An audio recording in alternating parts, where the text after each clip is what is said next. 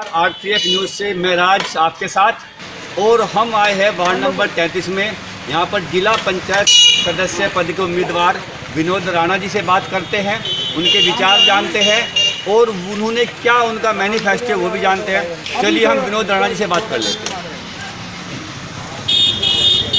Sir बहुत बहुत नमस्कार, RCF न्यूज़ में आपका स्वागत है। और साहब का नाम? विनोद राणा जी, जिला पंचायत वार्ड नंबर 33 का उम्मीदवार, बहुजन समाज पार्टी में समर्थित उम्मीदवार। सर सबसे पहला हमारा आपसे सवाल है कि क्या आप इससे पहले भी कोई इलेक्शन लड़ा आपने? नहीं, कोई चुनाव नहीं। ये पहला चुनाव है आपका। सर चुनाव लड़ने की असली वजह क्या है? नीचे कर सकते हैं।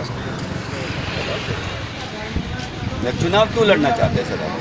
लोगों की सेवा करने के लिए और जो विकास कार्य कराने के लिए मैं चुनाव लड़ रहा हूँ। सर आपके मैनिफेस्टो में विकास के क्या क्या कार्य है जिन्हें आप कराना चाहोगे, जो आपके प्राथमिकता में होंगे?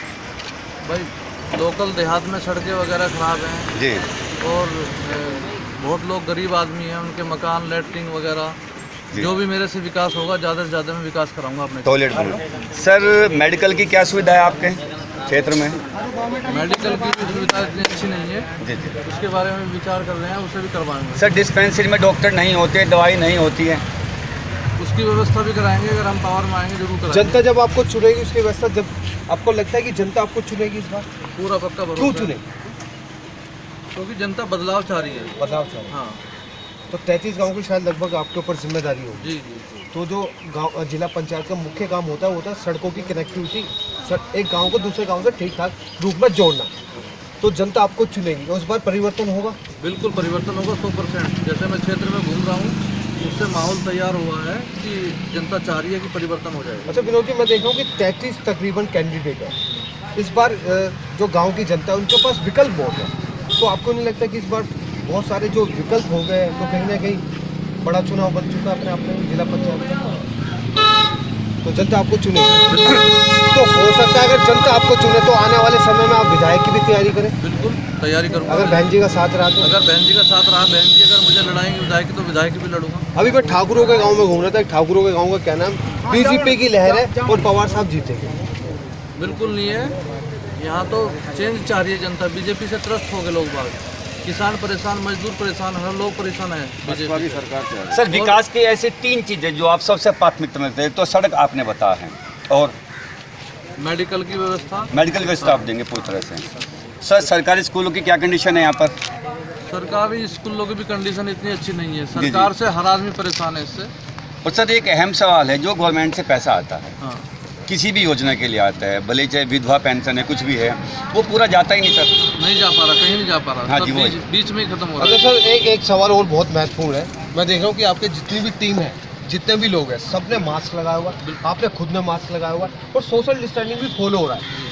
आप मानते हैं कहीं ना कहीं ये बीमारी बड़ा फिर से रूप ले रही है और आपकी जिम्मेदारी बनती है मास्क लगाना और सोशल डिस्टेंसिंग करवाना, और ये जनसभाओं में हो रहा है। बिल्कुल कानून का पूरा पालन हो रहा है, लेकिन कुछ कानून का उल्लंघन कर रहे हैं। मैं बंगाल की बात करता हूँ, वहाँ भी धज्जियाँ उड़ती हुई देखी मैंने, लेकिन आपकी जनसभा में कानून का पालन हो रहा है। मेरी जनसभा सब कानून का पालन हो रहा है।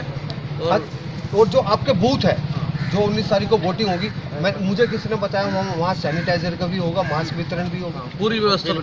तो जिम्मेदारी आपकी बनती है। मैं आपसे गुजारिश करूंगा कि जितनी भी गांव की सभा है, जितने भी 33 गांव है, उनकी जिम्मेदारी आपके ऊपर है। अगर आप मास्क लगाते हो और आपकी टीम मास्क लगाती है तो एक प्रेरणा जाएगा विपक्ष को भी और गाँव के लोगों को। मैं ठीक कह रहा हूँ सर? लेकिन आपने खुद ने मास्क नहीं लगाया। सर सोशल डिस्टेंसिंग और मास्क का प्लीज ध्यान रखना है सर इनका, क्योंकि देखो आप ही से लोग प्रेरणा लेंगे। लगाइए प्लीज, आई रिक्वेस्ट यू।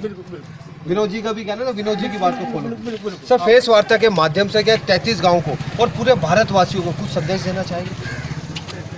संदेश यही है भाई, देखो कोरोना का टाइम चल रहा है। हाँ, सब अपने मास्क वगैरह सैनिटाइजर की व्यवस्था रखें। जो मेरे से होगा मैं भी लोगों के लिए करूँगा। तो ये विनोद राणा जी, देखो मैंने इनसे जान पूछ के पूछा कि सर फेस वार्ता के माध्यम से गाँव वासियों से कुछ कहना चाहोगे, लेकिन इन्होंने राजनीतिक बात नहीं की, सामाजिक बात की। इन्होंने कहा कि कोरोना है, अपने स्वास्थ्य का ख्याल रखें, 2 गज की दूरी बनाए रखें। अब जनता को तय करना है कि ऐसा जनप्रतिनिधि चाहिए जो जनता के हित के लिए सोचे, ये अनपढ़ गंवार, ये जनता का फैसला जो 2 मई को रिजल्ट आएगा। इससे ज्यादा मैं कुछ नहीं कहूँगा। सही प्रतिनिधि को चुने और अपने वोट की कीमत पहचाने। एक समय था कि अटल बिहारी वाजपेयी जी की सरकार गिरी थी सिर्फ 1 वोट से, सबको पता होगा यहाँ, तो अपने वोट की कीमत पहचाने, सही उपयोग करें। दोस्तों आपने विनोद राणा जी के विचार सुने इनके विकास की बात भी सुनी कि ये क्या विकास करने वाले हैं। सर, आरटीएफ विनोद की तरफ से हम आपका स्वागत करते हैं और हमारी शुभकामनाएं आपके साथ। और हम एक शख्स से मिले हैं, अभी हमने विनोद जी का इंटरव्यू लिया था, तो चलिए जान लेते हैं उनके विचार। सर, विनोद राणा जी से अभी हमारी बात हुई है, वो यहाँ पर इस बार सदस्य पद के उम्मीदवार है, तो आपकी क्या राय है सर उनके बारे में? हमारी राय यह है, हम महंत अजीतनाथ गोगामाड़ी पंचदेव कुटी फलावदाड़ और मोहद्दीनपुर। जी सर। और पिछली जो 3 योजना गई हैं, इन तीनों योजनाओं में हमारे जो कैंडिडेट और हम जी विजय रहे हम अपनी सीट पर। तो आपका पूरा सपोर्ट है? पूरा सपोर्ट है। वार्ड नंबर 33 हमारा, हम वार्ड नंबर 33 को नहीं छोड़ेंगे। सर, जैसा विनोद राणा जी ने विकास के कार्यों की बात की है, जो हाँ। उनका मैनिफेस्टो है, आपको लगता है वो पूरा करेंगे उनको? अगर वो ठीक ना करता काम तो हम उसके साथ में होते। जी, मतलब आपको पूरी उम्मीद है? दर्शकों, महन जी को पूरी उम्मीद है, विनोद राणा जी जो कह रहे हैं वही करेंगे। पहली बार चुनाव लड़ रहे हैं, बहुत सुलझे हुए इंसान हैं और जनता के लिए, इस यहाँ के क्षेत्र के लिए पूरा विकास का कार्य करेंगे। सर, आपने आज के न्यूज को टाइम दिया, इसके लिए सर धन्यवाद। आपका भी धन्यवाद। जी जी सर, कैमरे पर है हमारे मुन्ना जी। जी देखिए, आप एक गाँववासी, ये जो आपने कहा कि जनता उन्हें चुनेगी, चुनने का कारण बताइए। चुनने का कारण यह है, जो अच्छा काम करेगा उसके साथ जनता होगी, अन्यथा नहीं होगा। अच्छा क्या काम करा उन्होंने? अच्छा काम यह है कि जो हम आपके सामने खड़े हैं, हम पिछले 3 योजना यानी कि 15 साल से, पिछले 15 साल से हमारे कैंडिडेट सीट पर है और हमारी कैंडिडेट ने ये सीट पर कार्य किया है। ये पूरे गांव जो गालीपुर है, आज गालीपुर में खड़े हैं, इस गालीपुर गांव में हमने टोटल जो है 2005 में जब इलेक्शन लड़ा था, श्रीमती चंद्रलेखा को इलेक्शन लड़ाया था, इस गांव में खंबा नहीं था, एक तार नहीं था, हमने सारा विद्युतीकरण किया। तो ये मुख्य वजह है। ये मुख्य वजह है कि हम काम करते हैं और काम ही हमारी पहचान है। काम ही हमारी पहचान। तो इस बार जो जनता है, इस बार बड़ा परिवर्तन देखने को मिलेगा। परिवर्तन क्या, हमारी सीटें हम किसको दे देंगे? पक्का? हाँ पक्का पूरा सर, समर्थन। पक्का।